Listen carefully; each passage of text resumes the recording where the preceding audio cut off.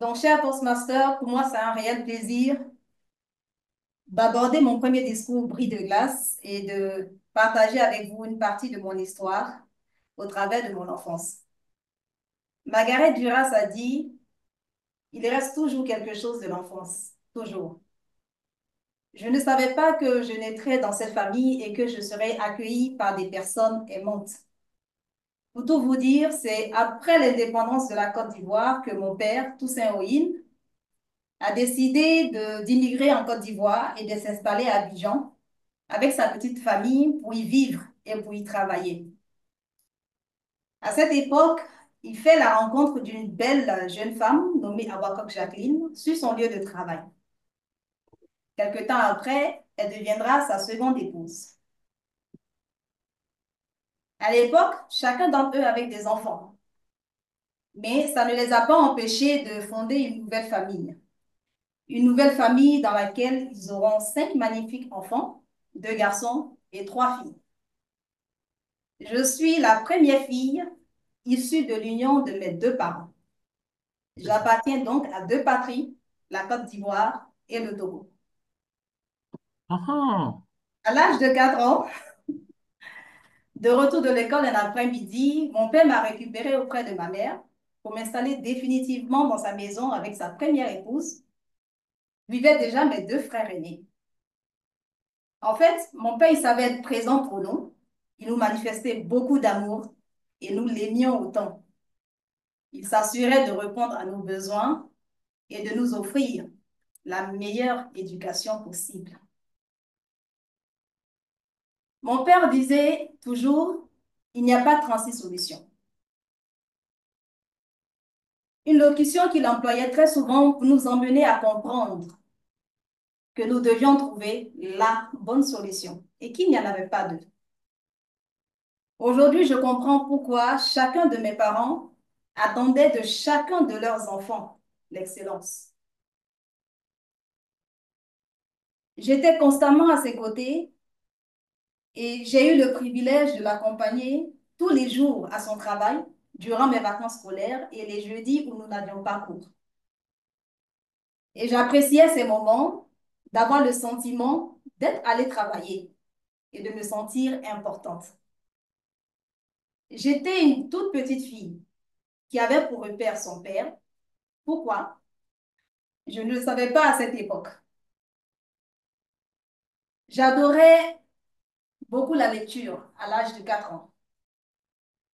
Et donc, je lisais tout type de support à ma portée. Je ne comprenais pas forcément la prononciation de chacun, la signification de chacun des mots, mais l'essentiel était pour moi de prononcer correctement chaque syllabe des mots en question. Et quand je réussissais, c'était l'euphorie. J'essayais maintenant de mettre de la vitesse dans la lecture. C'était à la fois amusant avec une pointe de défi personnel. J'adorais également regarder le journal télévisé de 20 heures avec mon père. Et au fil du temps, j'ai nourri la vocation de journaliste.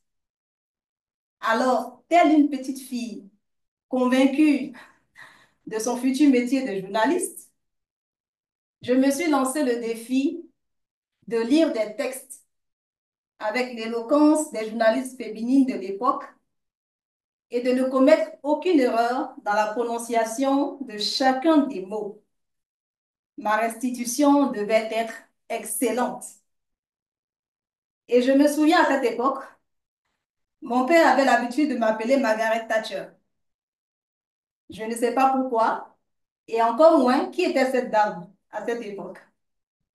En fait, de façon insouciante, je savais qui j'étais et ce que je voulais. Du rêve d'une petite fille convaincue d'exercer le métier de journaliste, aujourd'hui, avec la venue des réseaux sociaux, j'écris de plus en plus. Et je suis fière d'interviewer des personnes et d'écrire des récits à la fois personnels et professionnels. Et en 2021, j'ai transformé une vision en réalité. j'ai fondé l'association à but non lucratif Women in Logistics Africa, qui a pour mission de développer et de valoriser le leadership des femmes dans le secteur de la chaîne d'approvisionnement en Afrique. Puis, le 10 décembre 2024, j'ai reçu le prix national d'excellence décerné par l'État de Côte d'Ivoire pour la valorisation des compétences féminines. Ma présence au sein du club Toastmaster BTGT répond à mon besoin d'excellence dans la communication visionnaire. Et je crois que Toastmaster International renforcera mes compétences en leadership et en communication parce que l'excellence est possible avec de la volonté, du travail acharné et de la persévérance.